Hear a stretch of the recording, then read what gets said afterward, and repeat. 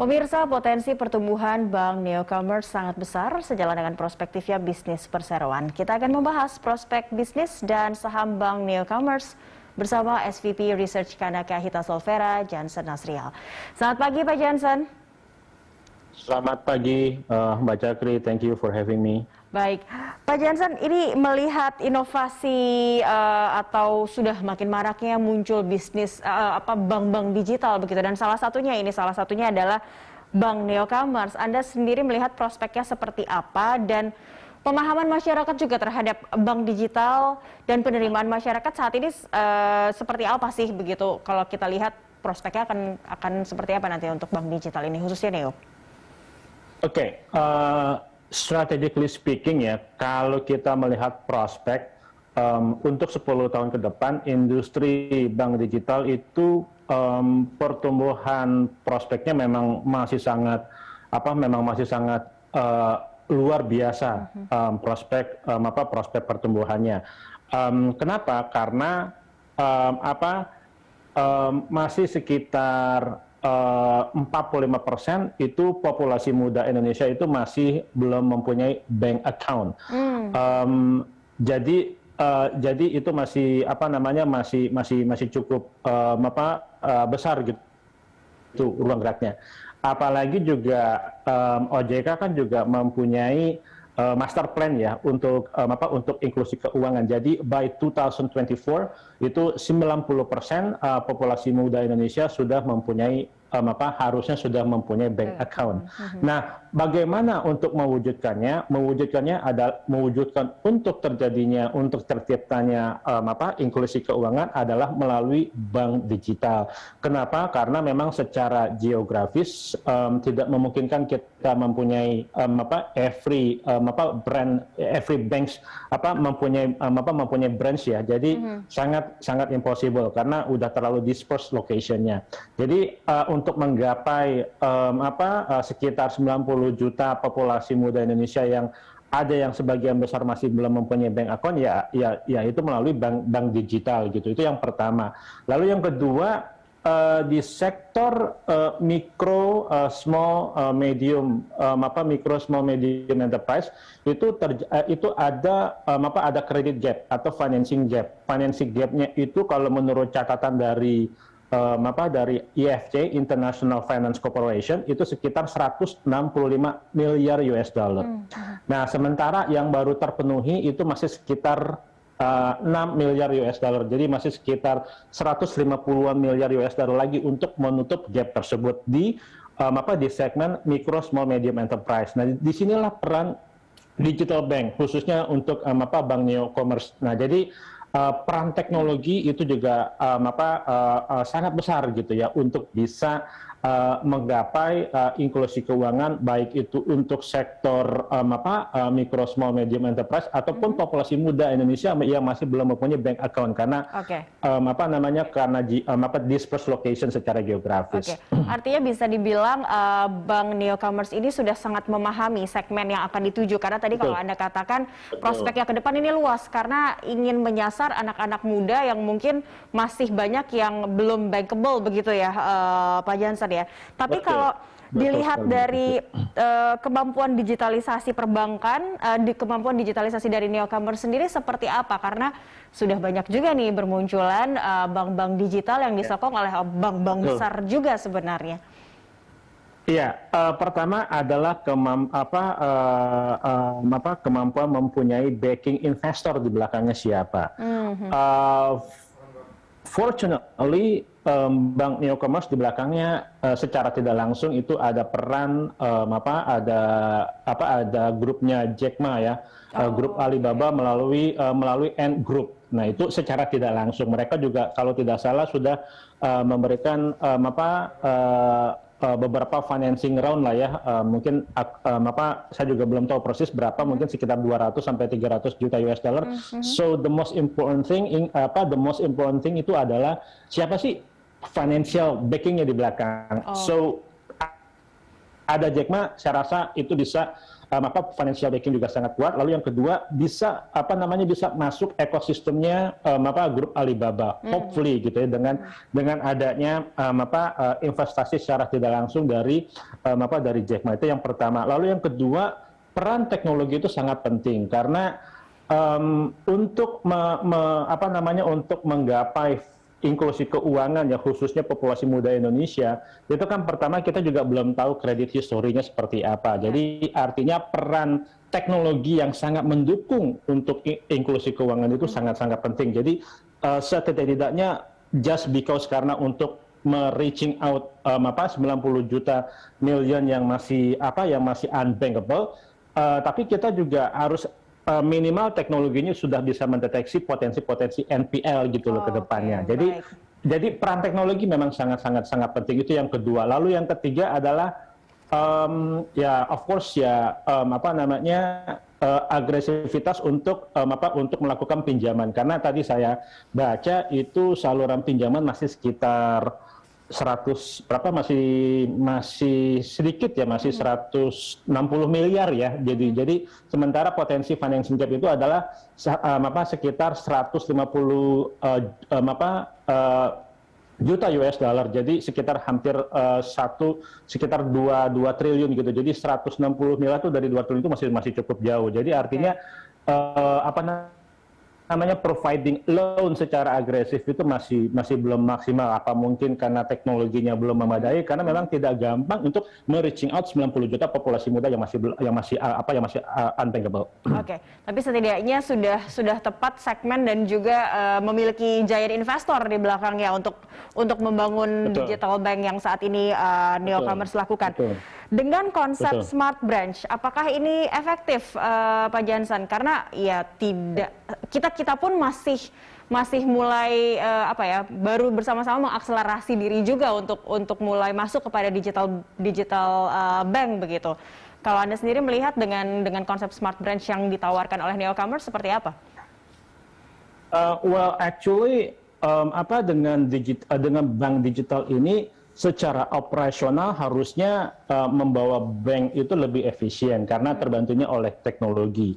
Karena untuk sektor perbankan Indonesia secara luas itu BOPO kita termasuk paling tinggi di Asia Tenggara. BOPO kita itu sekitar 60% ya, 60%, antara 50 sampai 60%.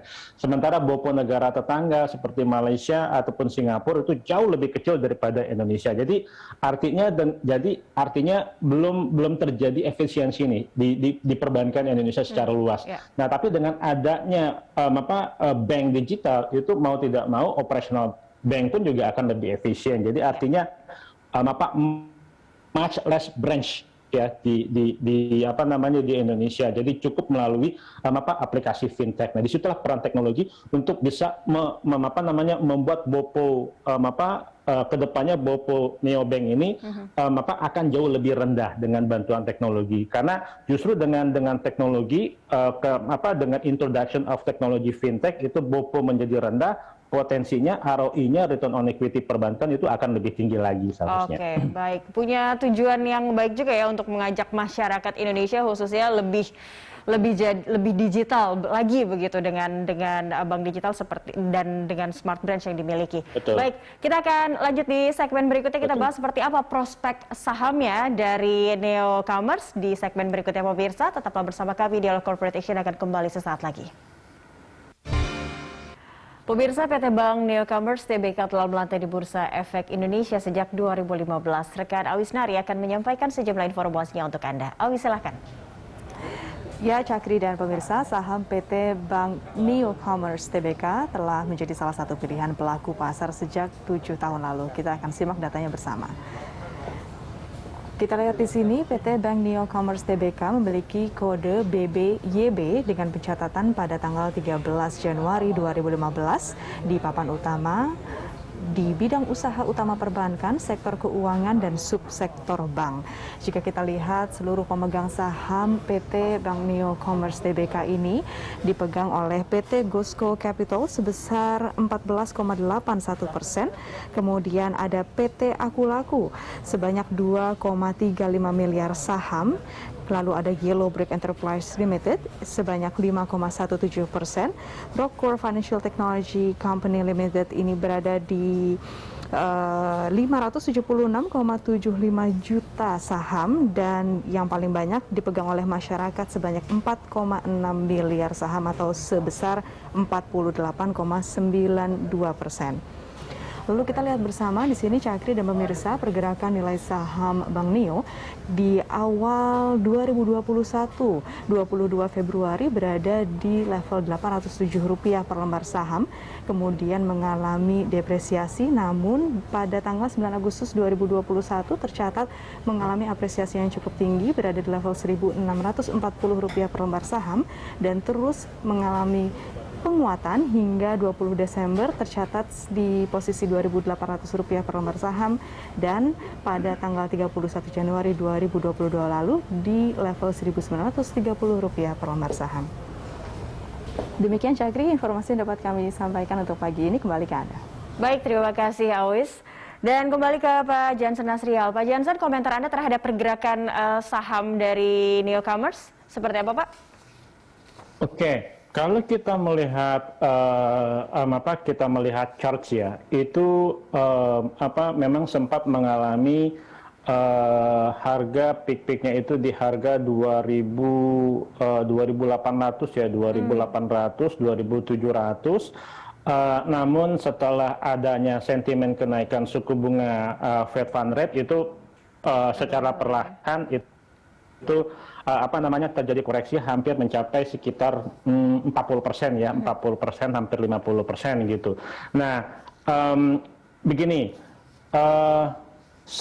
bank digital ini kan termasuk teknologi stok ya, Mbak Cakri ya. Yeah. Nah, unfortunately tech stock ini kalau adanya sentimen kenaikan suku bunga itu adalah sentimen negatif.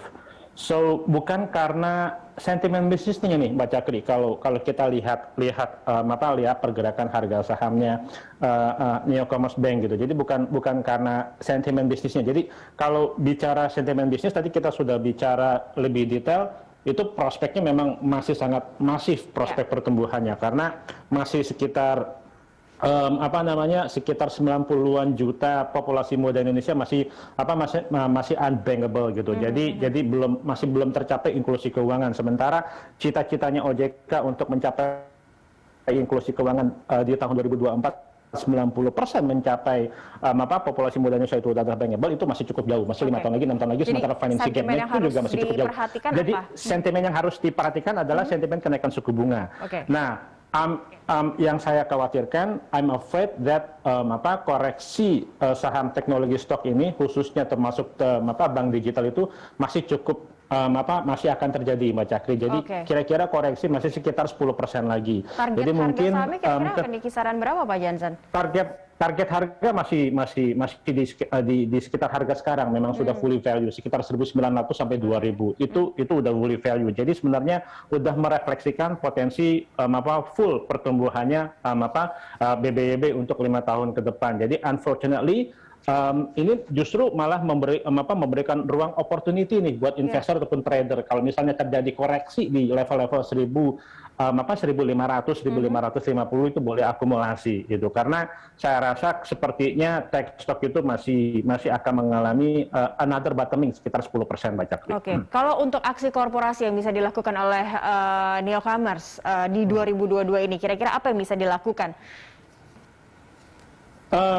Yang bisa dilakukan adalah lebih agresif dan ekspansif, namun di satu sisi prudent ya untuk melakukan ekspansi loan-nya gitu, karena tadi penyaluran loan-nya itu masih kecil ya Mbak ya, jadi jauh dari target. Jadi lebih agresif lagi, tetapi tetap menganut prinsip asas prudent gitu. Jadi karena tergantung net interest income-nya, seberapa growth-nya itu semakin tinggi gitu. Jadi semakin tinggi growth-nya net interest income Neo Bank Commerce, itu justru secara perlahan itu yang terjadi selama ini adalah rugi ya, net loss selama 2-3 kuartal berturut-turut.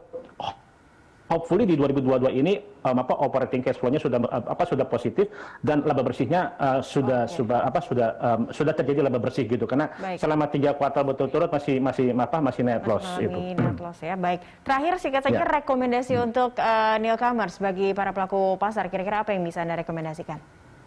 Masih buy on weakness, Mbak Cakri. Jadi long term masih sangat bagus untuk digital bank. Buy on weakness di level-level antara 1.500 sampai 1.550 dengan target price di level-level sekarang antara 1.900 sampai 2.000. Oke, baik. Terima kasih Pak Jansen Nasrial, SVP Research Kanaka Hita Software telah bergabung bersama kami. Selamat pagi, salam sehat. Selamat pagi, thank you for having me, Mbak Cakri. Baik pemirsa, Corporate Action akan segera kembali usai News Update. Tetaplah bersama kami.